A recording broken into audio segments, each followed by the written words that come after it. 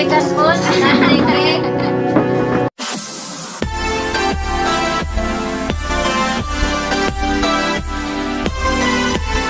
Hello mga kainunan. Welcome na usab sa among pagkinausap nga video alang kaninyo. Kabahin mo ani alang sa kabulaton sa Ginoo karon mga tubi sa dapit sa pilar sa barangay Istaka. Usa ni siya sa among gimisyonan diin kami magamugna og mga bulaton sa Ginoo. So nato maghimugna og mga evangelism, mag house to house evangelism unya napon may gibugna usab nato nga feeding para sa mga kabataan. So amo ni siyang gibuhat para sa kaymayan sa Ginoo. Ug usa ni siya sa padayon nga mga pagdasig alang kanatong tanan nga bisan luyong karon sa kapanahunan still ang Dios naghatag og kayunan aron makabadayon kita sa pagbuhat sa iyang mga bulaton o ginumdumi nga walay lain nga magiyakan nato ngadto sa kinabuhi ug dili mao lamang si Ginoong Hesus. So mao ni karon ang among mga kauban sa ini nga misyon. Kauban namo ang mga workers sa church. Nasa sila sa likod.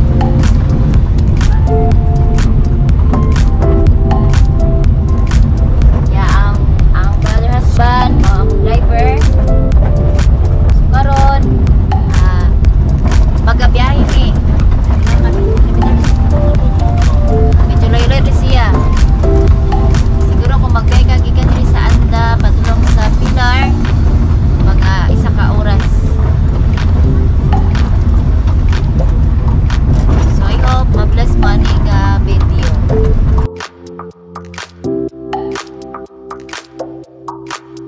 One hour later. Karon diyan nami karon sa pilar. Ug amo ni ang balay nga among giabtan. So ang among buhaton karon is maglaksa mi kay mugo na mi sa among buhaton diri sa dapit sa pilar. Then ang among pagbiyagan niya is niabot ni isa ka oras na. So okay ra po dai gihapon. So I hope padayon mo nga magsudong sa among video. Padayon ni namo ang gibuhat according sa giingon sa Mateo 28:19. Hindi magpasalamat ka ng Diyos sa makasama ka sa pasalamatan ug ipasidunggan ang sa tanan Lord nga nakaabot kami nga safe and sound. Salamat o Diyos bisan pa Ginoo sa maayong nga panahon nga gihatag. Salamat o Diyos bisan pa Diyos sa walay kapulian. Salamat o Diyos nga tanan imong gipahiluna ug Diyos pasalamat usab kami bisan pa ni nga kagabion ug man pagkaon mo pagabitan. Lord, salamat padayon ka Ginoo nag-bless ni nga panimalay. Ikaw pa rin Ginoo magapauswag pa sa tanan nga imong gi-entrust kami Lord. Magamit kami nga pagkaon o Dios uban sa kalipay. Salamat o Dios nga ang tanan gayud padayon ka Ginoo matiguban ka namo. Dalaygon ka sa Jesus.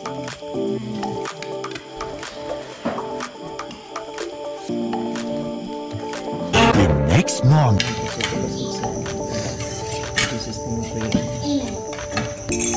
Few moments later. So, ano sila ay manghugas karon nag-assign. So, karon sila, maligo rin sila karon. O karon, mo ato namin. Hello guys.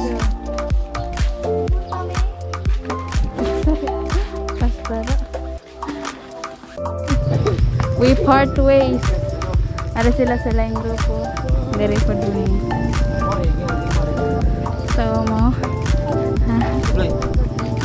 A little longer than a few minutes later. So guys, mananami sa una na mong kuan.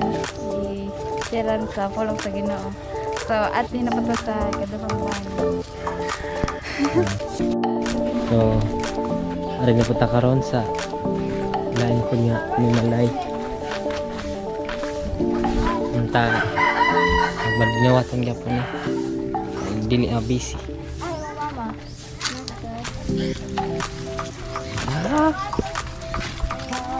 Many hours later. Oh, dali among gwapo maaptikon nga pastor. Banda. Oh. Ay, so karon guys makauban gyud mi guys. Hi guys, so update lang. Diya may karon sa padong may sa merkado kay nami paliton para unya sa paniud to. O mupat pud may snacks para sa unya mga bata.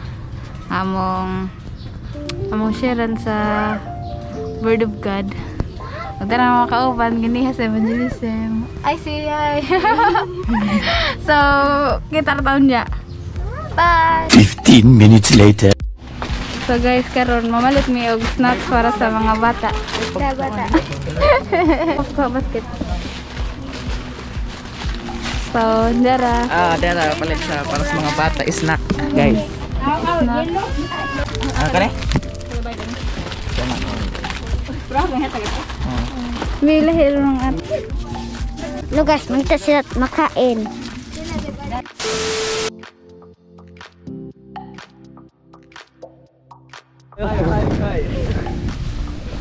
Tong sa may kuan. Alat na jud kayo. Clinic na mo. I-claim na.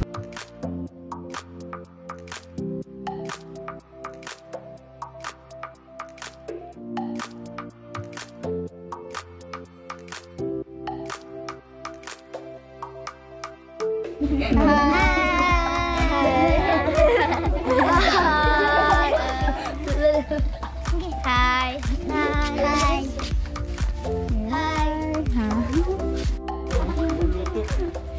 Hi, bitaw.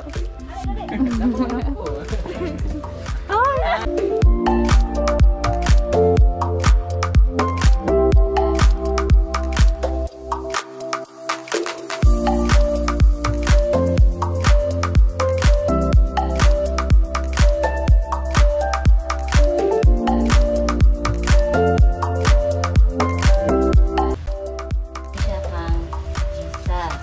Okay, atong kantahon. Susulog mo na ko ha. Kita na, palayo daw may gabi. Sa Tagalog ni siya kanta. Ang atong kanta is, ang Diyos ay mabuti. Kasi yung action, ang Diyos, ang Diyos, tanan tunaw. Ang Diyos ay mabuti. Ang Diyos ay mabuti. Anto, ligo. Ang Diyos ay mabuti. Ang Diyos ay mabuti. Ang Diyos ay mabuti sa akin. Bro. Ang Diyos ay mabuti. Ang Diyos ay mabuti. Ang Diyos ay mabuti sa akin. At sa'yo. Sa'yo. Kanya ako. Mabuti siya. Ang Diyos ay mabuti sa akin. Siya akan duman. At kalakasan. Tuyo tayo. Di magbabago. Di magbagulang. Siya sa akin ay nagmamahal. A few minutes later. Lingkod na talingkod. Nakay kuan. Nakay kunan para siya mo. Okay. So kini among pag-anhi karon, magtudlong mi about sa kanisa. So kinsa may nakaila kang Jesus? Ako. Okay, kinsa man si Jesus? Sa langit. Amahan. Nasa langit. Mo. Langit. Sa langit day. Na magmisilingan Jesus dito. Nasa kasing-kasing. Nas kasing-kasing na. Uy, kung nag-ilocate mo lagi. Nagmali Jesus.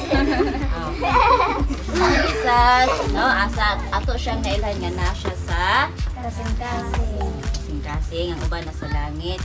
Unsa may gibuhat ni Jesus sa ato ang kinabuhi? Unsa may gibuhat sa katong, di ba, isalida man no, taga kausa gani isalida? Unsa may gibuhat ni Jesus be? Nagpalansang. Nagpalansang siya kay ngano man. Tungod sa atong mga sala. Mauribig sila no. Unya, unsa may purpose ni Jesus nga nagpalansang siya? Kay Aron maluwas ta.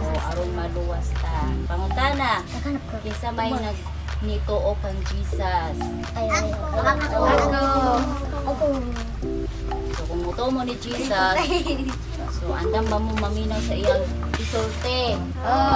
Gusto sa Ginoo nga naa daw siya sa ato. Kasing-kasing. Kasi mo na kung pangutanon ka, unsa man ni nga kuan ka mo mas makaani. Dapat maka-memorize na ta kay ang pulong day sa Ginoo sa daw Matthew 4:4 kasi nakakuan. Ingon ang pulong sa Ginoo sa Matthew 4:4, ang tawo dili lang kuno mabuhi sa tinapay lamang apan sa matagulong usab sa atong Ginoo. Mo day nga tuduan dita sa pulong sa Ginoo kay nganuman mo ni atong pagkaon sa atong kalag. Gisanay kalag. Ako. Bango wala may kalag. 20 minutes later.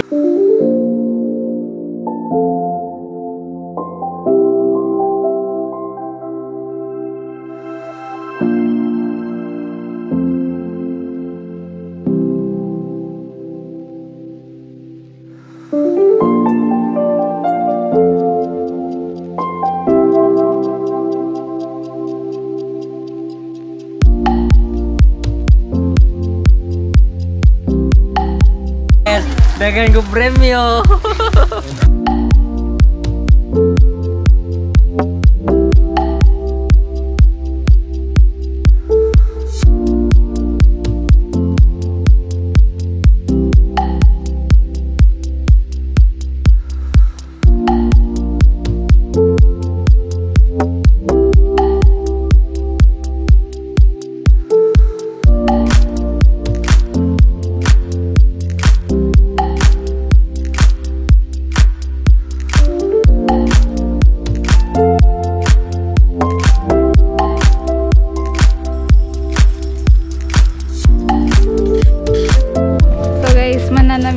Sa mga bata magsudlo.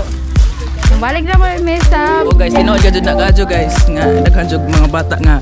Ay, interesado. Na po willing magpa-open ako Bible study guys. So, grab the opportunity. Let God be the center of all. Asa naman taron? Asa naman taron? Dili. Napakadaming lapok dito sa Sumara tong sa among sakyan dito. Sumato na po may sa ila IC, ila Rose. Nandugol mo naisip. Nice ang view. Oh. Okay mga kaigsunan, nagapasalamat kami sa Ginoo tungod sa iyang pagkamaayo. Nahimo gyud nagmadaugon ug nagmalapuso ng among puluhaton dinhi sa dapit sa pilar. So ang tanan kayo gipahiluna gyud sa Ginoo nga naagi kahimuan unya ganiha nakita ninyo naka-feeding ta og mga kabataan unya nakahimo pud mi og mga house to house evangelism. So dako kayo ang among kadaugan tungod kay naagi mga tawo nga open gyud kaayong inang kasing-kasing nga nidawat sa pulong sa Ginoo unya naapoy nagpa-schedule nga magpa-Bible study. So usa gyud na sa ato ang luyo og tumong unta nga naagi mga tawo nga mo response panahon nga share sila sa word sa Ginoo. So salamat kaayo nga ang Dios padaan gyud nga naghatag og kalapusan even sa mga kabataan. So salamat kaayo nga sila willing gid kay sila nya excited kay sila unya na-enjoy gid nila ang pagpaminaw sa pulong sa Ginoo. Naghimo sila ng mga songs para sa Ginoo. So usa na siya sa nakapadasig kanamo nga ang Dios dili day gyud siya magpasagad. Usa I hope nga ma-inspire mo ani nga video. Usa ni siya sa padayon namo nga tuyog tumong nga walay lain gayud nga magiya ka nato ngadto sa kinabuhi. Kundi si Ginoong Hesus lamang po sa mga kaigsunan kung asa man ka karon nga dapit hinumdumi nga ang Dios dili gyud magpasagad kanimo. So adunay mga bahin sa imong kinabuhi siguro nga dili nimo masabtan but ang Dios padayon siya nga magagiya kanimo nga ang imong kinabuhi mapuno gid padayon sa paglaom. Salamat sa imong padayon nga pagsuporta ug sa imong padayon nga pagtan-aw sa tanan namo nga mga video ug ang tingwa padayon nga ang Dios magapanangin gyud kaninyo hinumdumi nga ang Dios naigugma kaninyong tanan. God bless us all. Thank you.